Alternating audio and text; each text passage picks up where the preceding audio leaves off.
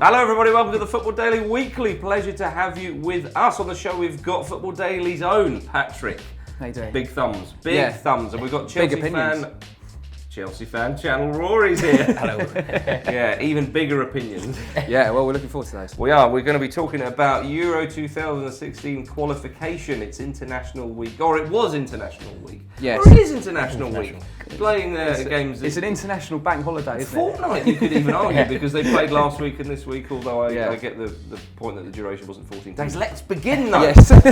England are through. England are through, gentlemen. Through. Easy peasy, eh? Yeah. Easy. As if 7 out of San 7. Marino were going to ruin the party. Well, we won't have to go through the agony of the third place qualifiers, I think. And I think England were blessed with a group. I think the problem is, and it's a sort of cliche warning here, but I mean, every time England goes to one of these minnows, it's a crisis if we don't score 3 goals. If we don't go home with more. Well, I think England were very, very good. Can we tell a lot from the performance about how they're going to fare in France? No, I think we'll get more, as you were saying, from the friendlies. They have friendlies against I think France, Spain, Netherlands, and Germany. I think. Yes. After the qualification. Yes, but no, I mean, it's like you can't moan at a 6-0 win. Great news for Harry Kane as well. Very assured touch and a wonderful finish. So I think, and coming off the bench as well. So indeed, Wayne Rooney's got the goal, didn't he? It was a soft penalty and one that went into the not too far off the middle of the goal. What a way! What a way to get it. San Actually, quite a fitting way for him to get it. I think it's a way that he probably that goal sort of represents his England career. You've got an interesting opinion about this. I do. I mean, obviously, not to take anything away from Wayne Rooney, he is a brilliant player. But I just think the fact that he has now taken Bobby Charlton's record, is probably going to be taking it on Tuesday, and he's equalled Bobby Charlton's record. And the fact that actually he's going to go on and become Manchester United's top ever goal scorer, I just think that it's strange that a man. I can't really think of a less deserving man to take both of those records. Really? Why? Well, if you look at the Manchester United strikers of the past, players like Best, Law, Cantona, all brilliant strikers. Best was more of a winger, though. If you kind of break it down. Even so, though, the fact that Wayne Rooney is going to be heralded among Manchester, I don't know if the fans will actually see him this way, but the fact that his name is going to be mentioned alongside the likes of Van Nistelrooy and whoever else, I think is a bit of a travesty to football. And the fact that he's taken Bobby Charlton's record, Bobby Charlton's one of the greatest sportsmen this country's ever produced. Wayne Rooney's certainly not that. If you look at Bobby Charlton's career and what he's done, he was in the Munich air disaster. He was in the Munich air disaster. He was pulled out, presumed dead. He then came back and a decade later won the European Cup with Manchester United, scoring 2 goals. 2 years prior to that, won a World Cup with England. This is one of the greatest sportsmen this country's ever seen. Rooney's won a European Cup. And a Champions League in today's, but he is one of the greatest strikers England's ever produced. Unfortunately, he was in an era. I also think it's worth noting. I mean, he racked up a lot of goals in qualification campaigns, particularly the last 3, where England had qualified with games to spare, more or less. They were kind of unchecked. Euro 2012, World Cup 2014, and now this group as well. That's not necessarily his fault.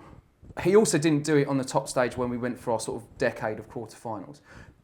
So in his defence, that was not an era of great England strikers. It was Rooney and scraping together. I think, not be offensive to Crouch and Defoe and stuff like that. It was Rooney and anyone else we could support with him. But in the 90s, you had more of a choice of strikers for England.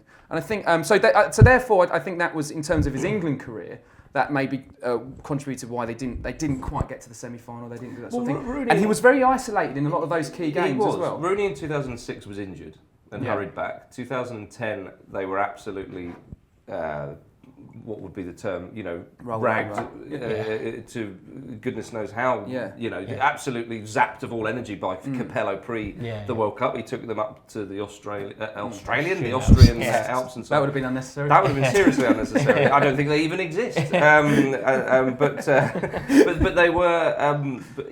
There were a couple of anomalies there. Jonjo Shelvey had a decent game. Okay, it was only San Marino who's been put in there, and he could feature for England actually now. A good midfielder to sit and good range of passing, Rory. Yeah, I think Jonjo Shelvey did very well. I think it was a fantastic assist for Kane's goal. I think he played very well overall. And to knock his performance by suggesting the opposition isn't what it should be, he can only play with who he's playing against. And he's been playing very well for Swansea. as you know, I'm a Chelsea fan, and he was fantastic against us on the first day of the season.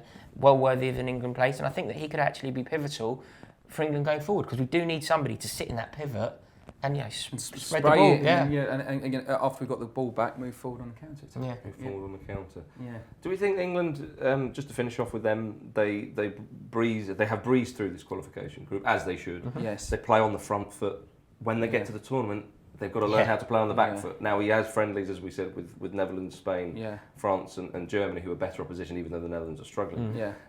England need to know how to play on the back foot, don't they, because that's often how without the ball they're undoing. Yeah, I imagine Hodgson polarises his opinion. I think that he's actually okay, and I imagine that he'll be thinking about that now. We've got a dead rubber game now, and he should be using this game to experiment to how you're going to play in a tournament. Like, let's start playing our tournament football now, and let's see what it's like to not have the ball constantly and not be pushing forward. Let's play on the break against Switzerland. Be an interesting one. But England are through, so hurrah for that.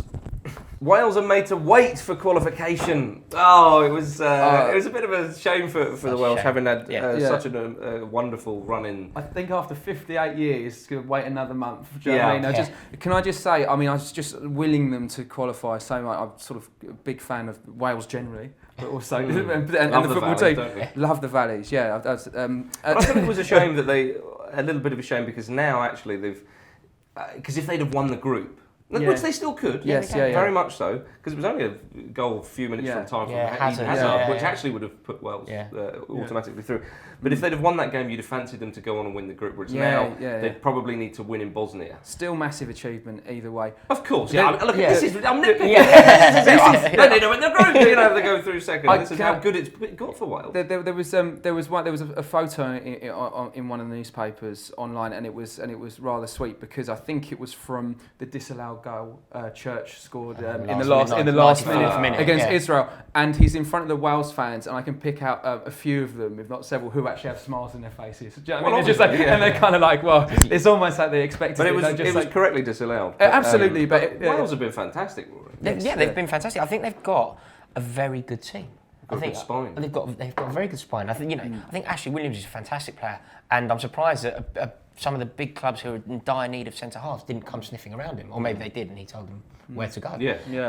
But he's one of the best defenders in the Premiership. I absolutely agree, and I think that he could do a job at the highest level, Champions League level. I think he's a very, very good player. Would you mind him at Chelsea?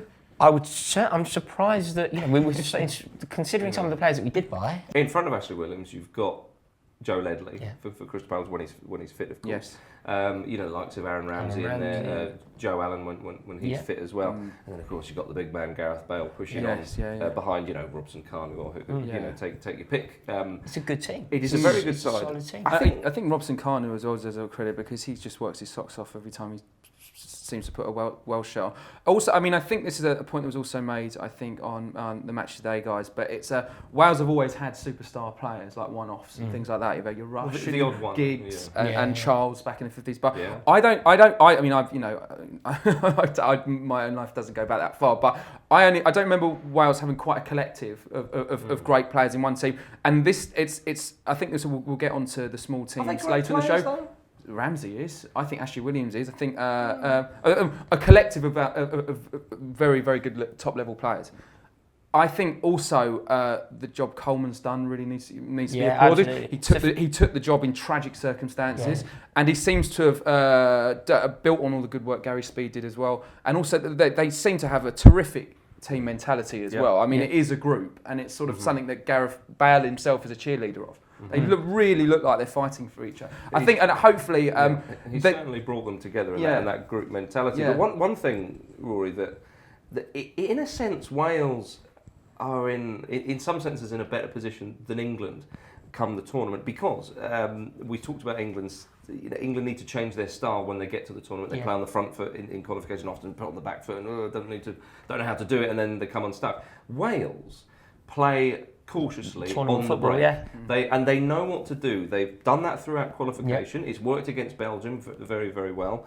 They will get to the tournament and they do the same. Tournament football They through know the what group, they're doing, they know their jobs, and with Bale up front, teams will go, we can't leave the back door open, and Wales will play on the break, and they know exactly what they're doing. I completely agree, and I think that they're a team built on a work ethic, and I think that was actually epitomised by Gareth Bale's performance yesterday. It didn't quite go as he hoped it would, but there was one moment, sort of a microcosm for his game, where he was dispossessed, like quite a poor ball. He raised the length of the pitch, slid in to win it back, and then apologised. I think that if you compare that to somebody like Cristiano Ronaldo's performances at the last tournament, where I think he said of his own team, he called them average. I think that like that just shows firstly the man that Gareth Bale is, but also secondly the job that Chris Coleman has done there to get everybody pulling in the same direction, even Super Galactico from Real Madrid. It's brilliant. I absolutely agree, but there was one critique, I think, in the game against Israel. I mean, they came out of the traps flying, and I think they're building a lot on the good work Taylor got, the joy he had on the left against Cyprus. But I think there was a slight economy of energy issue there. They came flying out, and it was almost like a kind of... not a naivety, but perhaps it was something they should have been a bit more sort of conservative with. I don't know. Well, not used to playing on the front foot and didn't work out. Very conservative. They should have invited Israel on. Well, exactly. But the Wales will surely qualify. They just need 1 point from 2 games, and one of those games is against Andorra. So we look forward to seeing them in France next summer. The minnows in European qualification having a lovely old time. We've seen the likes of Northern Ireland on the verge of qualification. Iceland are already there. I want to start with Iceland because, and I always tout this, wherever I go, fans of mine, of which there will be at least one, maybe two, will know that I always bang on about that Iceland are the most overachieving nation in football. They're a population of about 320,000. Yeah. Similar to that of Coventry. Yes. And they're top of their group. Yeah, they're better than Coventry. Much better than Coventry. It's an absolutely remarkable achievement. And also, I think they sent 3,000 fans to the last year or something like that, which means it's 1 in 100 people by those maths. Yeah, well, not too far. Wonderful support. Yeah. But it is absolutely incredible. I can't think, that can't be stressed enough how tiny that population is. To achieve this. It's absolutely glorious. It's not like that they've just nipped in through the playoffs. They're unlucky they got the playoffs at the World Cup, but they've had a wonderful time. But why do you think this is, Rory, that these smaller teams doing well? Is it this incentive that the extra place gives them? Yeah, I think the fact that it's gone to a 24-team tournament now has definitely opened it up. It's become more realistic. The smaller sides can actually see the potential for them to be at the tournament. So it could have definitely incentivised them. But I think Iceland have a history of producing some fantastic football players. So they're obviously doing something right, in the youth. Iceland weren't going for the third place. They won their group. So it wouldn't make any difference if there was 2 or 3 spaces Yeah. there. I know what you mean. I think it's an interesting point that it would have, we've got a chance here, lads, sort of thing. I think extend it to Northern Ireland as well, and we've just discussed Wales. I think it's a team ethic as well. I think for a lot of these players, I speak about Northern Ireland and slightly lesser extent to Wales here, they're not regulars in their own club team. So when they meet up, it's not a fixture disruption. It really, really is the big deal in their career at that particular time. But they've always had that, though, haven't they? Yeah. But the incentive to get that playoff spot or the second spot in the group. If Northern Ireland are playing away to Finland, if you're a little bit, you're getting into the season, you're a little bit knackered and all, you think, I could probably maybe do without this or something. But actually, when you've got the incentive, well, actually, lads, if we can get a result here, it will go towards something. Whereas normally it's a case of, well, are we going to finish 4th or 5th in the group? That extra incentive has had an enormous impact. Yeah, they've done brilliant. They've done brilliantly, and Northern Ireland to take them as sort of case study. They have just been brilliant from day one. They've got their campaign off to a good start. I saw their fans. They were celebrating the Faroe Islands. They were going like absolutely bonkers. They were going bonkers, and I think it's just really galvanised the football team there. The fact that it can happen. It's looking like it's going to happen. I think they had such disappointment. I think it was qualifying for 2008. Northern Ireland got their campaign off to a brilliant start and completely collapsed. Wheels come off. Yeah, completely collapsed. Whereas now, I think that they can. The finishing line is in sight, and it was a joy to watch actually. When I think the third goal went in against Faroe Islands, the camera panned to their fans, and it was celebrations that were sort of beyond how you celebrate winning a World Cup. It was really nice to see. Absolutely, and obviously at the time of recording, they haven't played a couple of crucial games. I think is it Hungary they're up against, so they could go through there. Is it not fair to say that maybe the gap between the big and the small is narrowing slightly? I mean, you've got Wales who have pulled off, I think, 5 clean sheets in their group. I think Northern Ireland have a player like Lafferty, he scored 6 and 7. Well, would you perhaps suggest that actually there is a lack of top-class defenders at the moment across football, which is Not why in we Wales, see... like they got 5 hang on, clean sheets. because that's why you see such enormous fees for centre-backs. Yeah. You know, Otamendi going for 32 million, Yeah, all this sort of stuff. He's a good defender, but we don't have the riches of centre-backs that we did a good few years ago. Yeah. So the smaller teams, they always play it tight at the back and have to defend, but actually there is a little bit more open up top so they can get a bit of joy. Do you think that's a factor? Yeah, I think so. I think that the Northern Ireland team are also very good. I think they've got, I think West Brom now are an established Premier League team, a good Premier League side. They gave Chelsea a very good game recently. And I think 4 players from the West Brom team play in the Northern Ireland team. So that sort of tells you that the level that they're at a good Premier League level. So I just think that they're a good team, and credit to them because they're going to be a joy to have in France. Indeed, yeah. Well, we look forward to seeing Iceland and hopefully Northern Ireland in France next summer. The Netherlands are in a right old mess. The team that finished third at the World Cup are now on the verge of not making the European Championships in France. We talked about the minnows being incentivized, rightly so, because of that extra place. Well, you would have thought that a heavyweight like the Dutch would have at least been able to qualify in second in that group. But now they have to go through a playoff, and it's out of their hands. If Turkey win their 2 games, then the Netherlands are not going to be there. I think incentive is actually quite an interesting word to use, because I do think we've just spoken about the merits of the likes of Wales, Northern Ireland, Iceland, the team mentality. I think the opposite is what's happening with Holland. You've got Danny Blin blaming the players. You've got the captain, Robin, blaming Bruno Martins for the sending off. Doesn't look like a happy camp at the moment. So the opposite of all the virtues of the small teams going through. Normally they wait to the tournament for the camp to implode. No, but you say they finished third in the World Cup. They're going to have to fight on their hands to finish third in their Euro group. which is absolutely remarkable. Yeah. It's outrageous. Not qualifying for this European Championships, now it's been extended to 24 teams, is bonkers. It's like not qualifying for a provisional driving licence. Everyone's qualified for a provisional driving licence. You get one. I can't understand. You just get one. If you're Holland. Yeah, you qualify. For a side that a year ago were one of the best teams in the world, like you say, just turn up and you'll get it. Yeah. But I mean, if you think about, take Scotland. Again, at the time of recording, they haven't played Germany. If the Scots miss out on third place, they will be gutted. Yes. If the Dutch don't get the playoff spot, that's the thing. And it's a bit annoying for a team who go through the playoffs, because if you reach the playoffs, you think to yourself, we might not. It might be like Hungary or somebody or whatever it is. We got the Netherlands. Well, do you know what would be really awful? When you eventually qualify, if the Dutch come into, say the Dutch get there, if they come messes into up your the seeding, it messes up the seeding. It will be a really tough group. If the Dutch come into it, it's the third place team. Yeah. True, but I think the seedings are actually done on the UEFA rankings. Right. So it might be slightly different. But I do take your point, though. It could skewer things a little bit. It would be such a shame for them not to be at France. Yeah. I love the Dutch being at a tournament. They're always such good value for a tournament. Yeah. Their fans, they Colourful. come in, very colourful. Yeah. Well, one colour. Yeah, actually not colourful at all, actually. I like that. It's just colour. Just one. And that's fine with me. Because because the other teams being other colours, presumably moving on. Yeah, we're not going to talk about the kits. Are they a team in transition though? In the sense you've got maybe Depay, the likes of Depay and things coming in. Yeah. Are the likes of Van Persie going out and Robin going out? Is it? And I think that's probably a fair point. Yeah. But the fact remains, it doesn't justify finishing fourth. They should be there. I mean, that is quite an extraordinary one. I think the last time they failed to qualify, off the top of my head, was 2002 World Cup. Yeah. But this is not an enormously tough group they have. The Dutch are struggling, but the big boys are not having the most easiest times in qualifying. The likes of Spain and Germany will obviously get there, and Italy you would imagine as well, barring a disaster.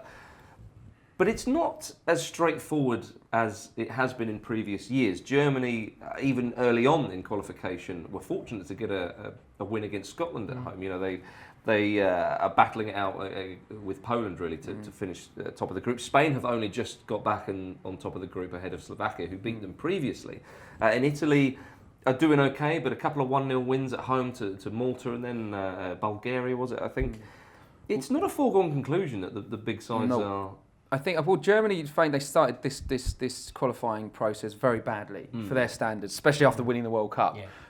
They seem to be sort of more or less sort of dragging towards the finish line. Poland, they were 2-0 up against Poland, I think. And I think Lewandowski had a chance to sort of equalise. So it's not like they're kind of the finish. And you look at the players they've got, Germany. They should be sort of they should have walked that group, I think. But it's really, actually just a side point. I think the Poland and Germany is always a really, really good game because it's kind of like a derby. Oh, it is a derby. It's a real ding-dong kind of derby Yeah. because you've got players who are Polish heritage, who are German, and the other way around. And a bit of history. Yeah. Yeah. Look it up on Wikipedia. Yeah, it won't take you long. but the funny thing is actually the only team. I've just realised how stupid it's saying that's a bit of a derby. That's right. Well, but they've got a huge derby with the Dutch as well, Germany. But one of actually it's cross-pollinated. The so-called bigger nations, in terms of history and sort of size of the tradition and all the rest of it. England are the only ones who are quite breezing through, as they should. It's an easy group. Yeah. But Rory, we've seen Spain. They lost to Slovakia. Germany have had a couple of funny performances and whatnot. But when the tournament comes around, that's exactly what I was going to say. I mean, it's true. Spain didn't get their campaign off to the best of starts. They haven't looked that assured. Diego Costa's really struggling in the national team and club team actually.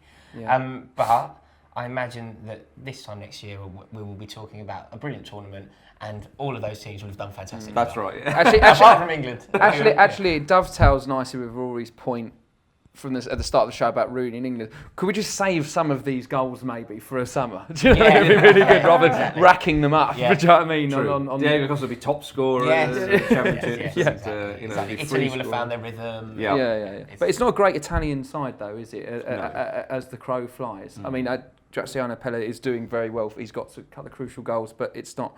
I don't think he's Roberto Baggio, is it? He's sort of not, no. No, you're right. You look at the Italian side and from teams gone by, it isn't quite as good.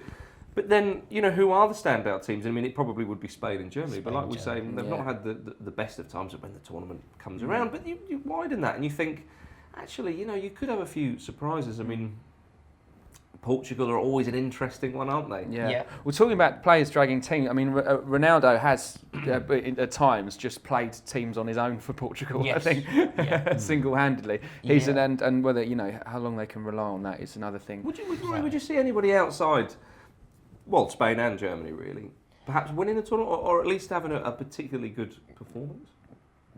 I think that it's generally going to come down to the big obvious teams again. I think that if you were looking for underdogs, I'd like to think England, but if my heart says England, my head says I can't believe this has started again. I mean, Belgium. Perhaps Belgium, perhaps Croatia.